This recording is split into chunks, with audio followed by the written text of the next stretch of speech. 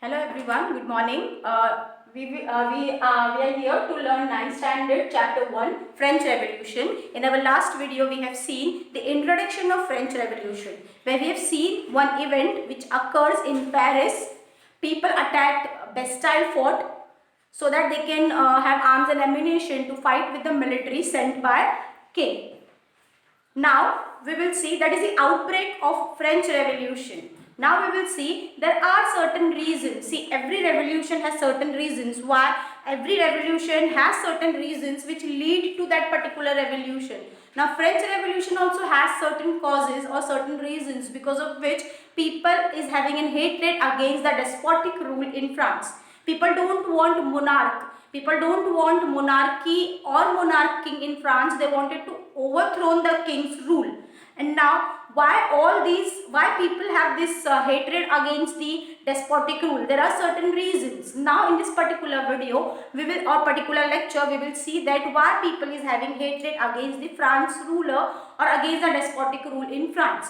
Now first we will see what is the type of society or what is the social system in France on that time. So we can say that we will start with the topic that is France or French society during late 18th century, that is before 1789. Before 1789, in late 18th century, there is a system in France, social system in France. And we can say that the social system is feudal. That means we can say that on that time France is having feudal society. That was very old regime. Before 1789, many states or many countries are using feudal system or feudal society. Now first we will see what is feudal society or what is feudalism. Feudal society or feudalism means, or in one word you can say that it means bounded labor. Now what is bounded labor?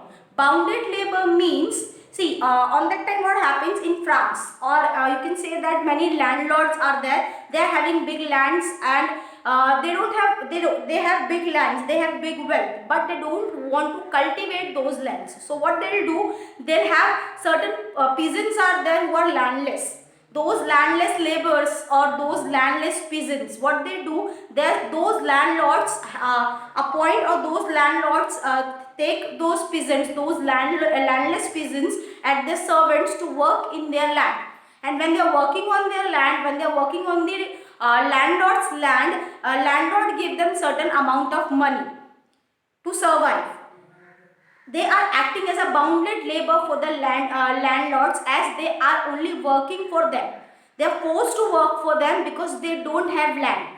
And landlords give them land to cultivate, but those lands are not owned by those peasants. They only work on them.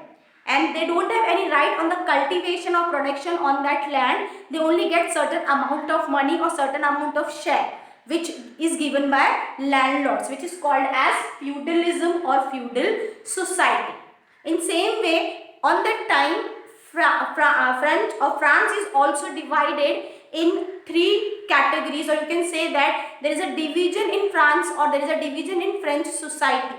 There are three divisions. There are three people have been divided into three categories according to their wealth and their power. So we will see what are those three social divisions in France. First is first state, second state and third state. There are three states in France, and people are divided between those three states. Now we will see what are those states and who are the people who are in those particular categories or those particular divisions. First is first state. In first state, there are clergy people. Clergy means authorities of church, like we can say pope or we can say priest in church. They comes under the first category of first state, which is called as clergy.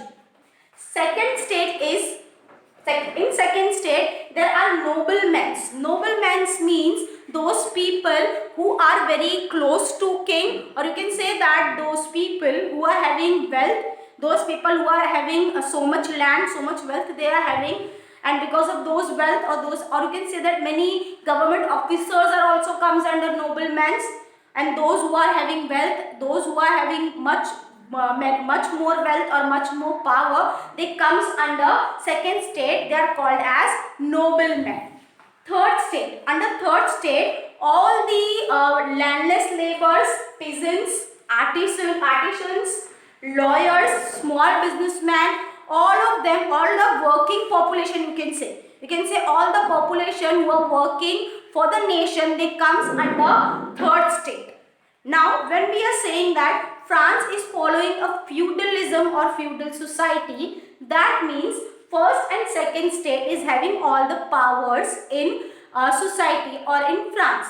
Those first and second state, that means clergy and noblemen, they enjoy privilege by birth. That means once they got a birth in that particular division, they belong to that particular division, which is first state and second state. They got all the powers in, they got all the political and social power in society. All the privileges are with them, and they are also exempted from paying taxes in France. They don't have to pay the tax. They are having that privilege.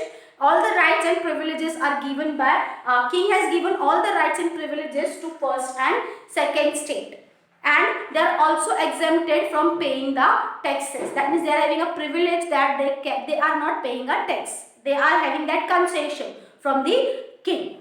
And on opposite, third state, those are peasants, artisans, landless laborers, lawyers.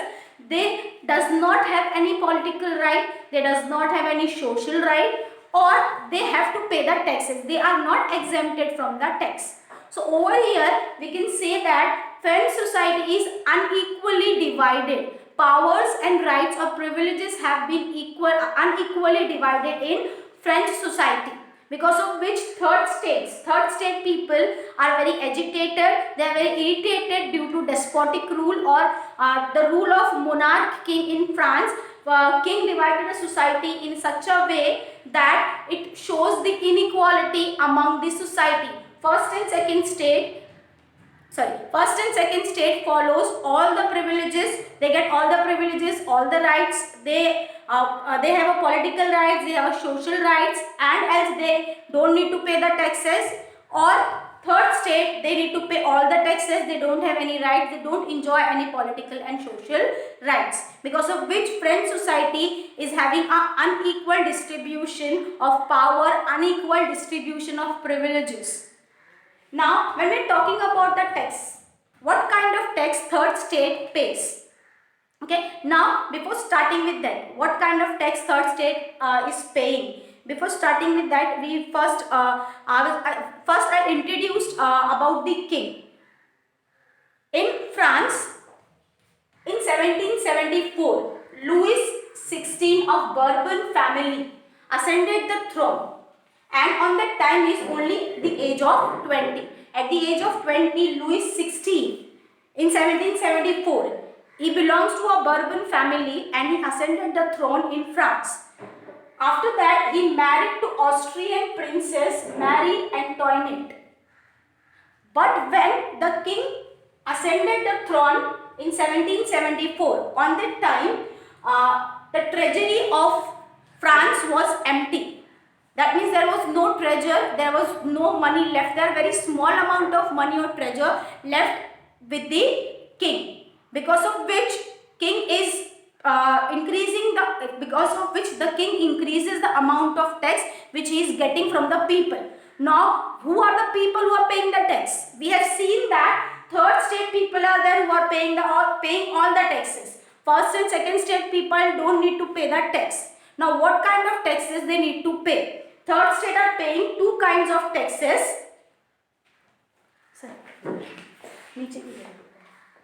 First and second state people need to pay third state need to pay two kinds of taxes, and first and second state are exempted from those taxes. Now, what are those two taxes? First one is tithes and second one is taille. Tithes means taxes levied by church. That means on that time church and priests, you can say first state, clergy, church and priests or the authorities of church, they are having a power to levy taxes on third state people. Peasants and laborers who are working, they need to pay the small amount of their income, or they need to pay the small amount of their production to the church, which is called as tithes. Second one is tel. Tel means direct and indirect taxes levied by state.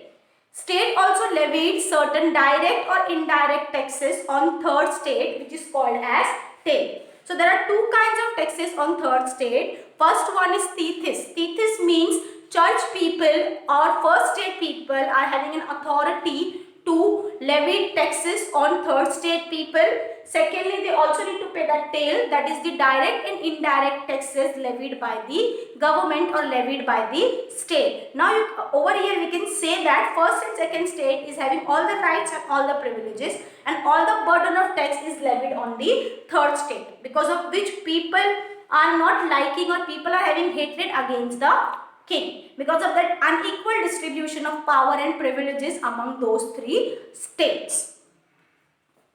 Over here we have seen, once again I am revising that, over here we have seen that in the late 18th century, that is before 1789, France society is feudal society. That means there is an unequal distribution of power and privileges. People are bounded labor. First and second state is having all the power. Third states people are controlled by first and second state. They are forced to work. They are forced to work for first and second state. See, when we are talking about peasants in third state, peasants or landless labor, 90% of the population in France on that time was peasants, and 60% of the land, or we can say that 60% people, 90% people are peasants or peasants, and from that 90% of peasants, 60% of peasants are landless laborers. That means they don't own any land. So those 60% people are forced to work for the first and second state, because second state is having a land properties. They are landlords. So they forced peasants or landless peasants to work for them, and laborers are also working for them. They are making buildings for them. They are making roads for them.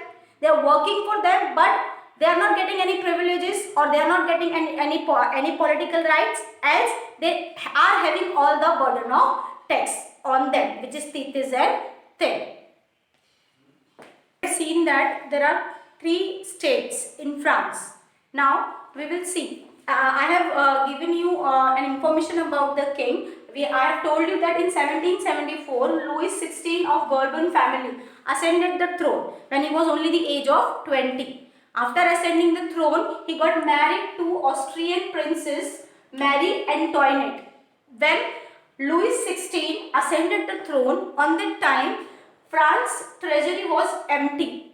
There was a very small treasure in France, and there are certain reasons behind that. Now we will see what are those reasons why there is an empty treasury in France. Now, what are the reasons for empty treasury in France? We will see that. See, when we are talking about the empty treasury in France, when Louis XVI was in power, on that time he has seen that there was empty treasury in France, because of which he increases the taxes on third states. Because we have seen that first and second state only enjoys the privileges and power. All the burden of tax are on third state. Now, why King Louis XVI increases the tax on third state? What are the reasons behind that? Now, one by one we will see those reasons. First one is long years of war, which drained the resources, which drained the financial and economic resources in France. Long years of war means, see, when we are talking about European society on that time, European societies are following colonialism. Colonialism means they are forcefully capturing the territories of other countries, because on that time economic power doesn't matter. On that time, if any country wanted to become a powerful country, they need to have more political power. For gaining those political power, countries attack each other for capturing their territories, for capturing the other countries' territories. And on the same way, France is also doing the same thing. France, on that time, France and England is having a fight, or having a animism because of those colonialism, because of those attack, because they are attacking each other's territory. They wanted to capture power on each other's country to be a more powerful country in world, or to be a more powerful country in Europe, because of which many times it happens there is a war between France and England, and those wars has a very those wars are carried out on a very longer period of time, and those long years of war drained the financial resources in France, because of which there is a less finance, or there is a less treasury in France. Second reason was maintaining the extravagant court of the immense palace of king. See, on that time there are courts in which kings are having their affairs with the noble people and with clergy, and kings are also having their big palaces. Now, to maintain those big palaces need maintenance, those big courts also need maintenance, and to maintain those palaces, to maintain those courts of king, they spend lot of money on that. They spend lot of money on repairing or immensing the palaces, immensing or maintaining the palaces and maintaining the courts, and for that they are spending much, they're spending many they're spending more money on that to maintain those palaces and those courts, because of which treasury of France is getting decreasing, or treasury of France is getting empty. Third reason is American War of Independence. Now, why American War of Independence affect the treasury or empty treasury in France? As I have told you, there is a long years of war between France and England. France and Britain, they are the enemies on that time, because they wanted to gain political power. They wanted to become the most powerful country in Europe. And to be a most powerful country in Europe, they tried to capture each other's territory, because of which they are having an animism. When we talk about American War of Independence, on that time Britain is having colonies in America. They are ruling the America on that time, and American people wants freedom. So for their freedom, they started with the freedom struggle, which is called as American War of Independence. Now, Britain is an enemy of America, because American people want freedom from British colonies. Now, over here what happens? We can say that England is the enemy of France, and England is also an enemy of America. Now, because of they are having common enemy, because of that common enemy, France supported America in the freedom struggle. France supported American War of Independence. Now, to support American War of Independence, France provided financial assistance.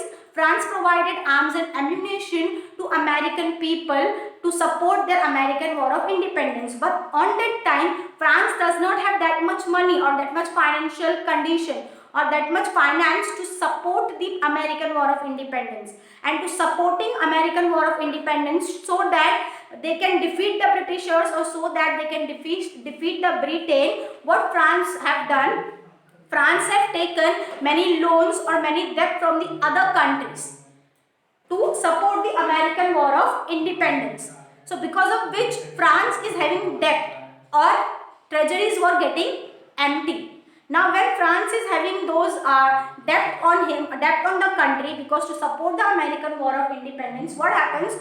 Those loans and debts are having high interest, and because of that high interest, the half of the money which they are spending those money on paying those large amount of interest which they need to pay because of those debt, because they supported the American War of Independence. Why they supported the American War of Independence? So that they can defeat the Britishers, or they can defeat the Britain, because America and France is having a common enemy, that is Britain, or that is England or Britishers. Now, when they are paying higher interest on loans, that means the half amount of finance, or the half amount of money which France government is having, or France state is having, they are spending those money on paying high interest on their loans. Else, they are also having certain regular expenses which they need to pay. What are the regular expenses? Now, when we are talking about the state or a government or state is having many other expenses. other government expenses which they need to pay or which they need to bear. Now what are those regular expenses? Now let's take an example. Nowadays when we are talking about the government is having their own government is having its own we can say its own burden or its own expenses. Now what are those expenses? Let's take an example. In our society, or when we are talking about nowadays society, government needs to pay salaries to the government officers. Else we are having parliament which need to be maintained. We are having many courts which need to be maintained. We are having many government offices which need to be maintained, and that is the regular expenses of the government. On that time also, in France, French government is also having certain regular expenses which is they need to spend on their army, because they want their army to be powerful so that they can attack other territories, they can capture others territories. They also need to maintain the courts in France. They also need to maintain the government offices. Before we have seen that they need to maintain the palace in which the king is living. They are also maintaining the courts in which the king is having his meetings. They also need to maintain, or they also need to bear the expenses of army. They also need to bear the expenses in government offices. They need to pay the salaries to the government officers. All are the regular expenses because of which France treasury was draining. Now all these are the reasons because of which there is an empty treasury in France at the time of Louis XVI, at the time of King Louis XVI, because of which king increases the taxes. Now when king increases the taxes, it does not affect first and second state, because we have seen that first and second state only enjoys the privileges and powers. The burden of tax is levied on third state. That means all the tax was only paid by third state, that is peasants, landless laborers, small workers, small businessmen who are having a burden of tax because of the empty treasury in France. So friends, once again I am revising what we have learned in this lecture.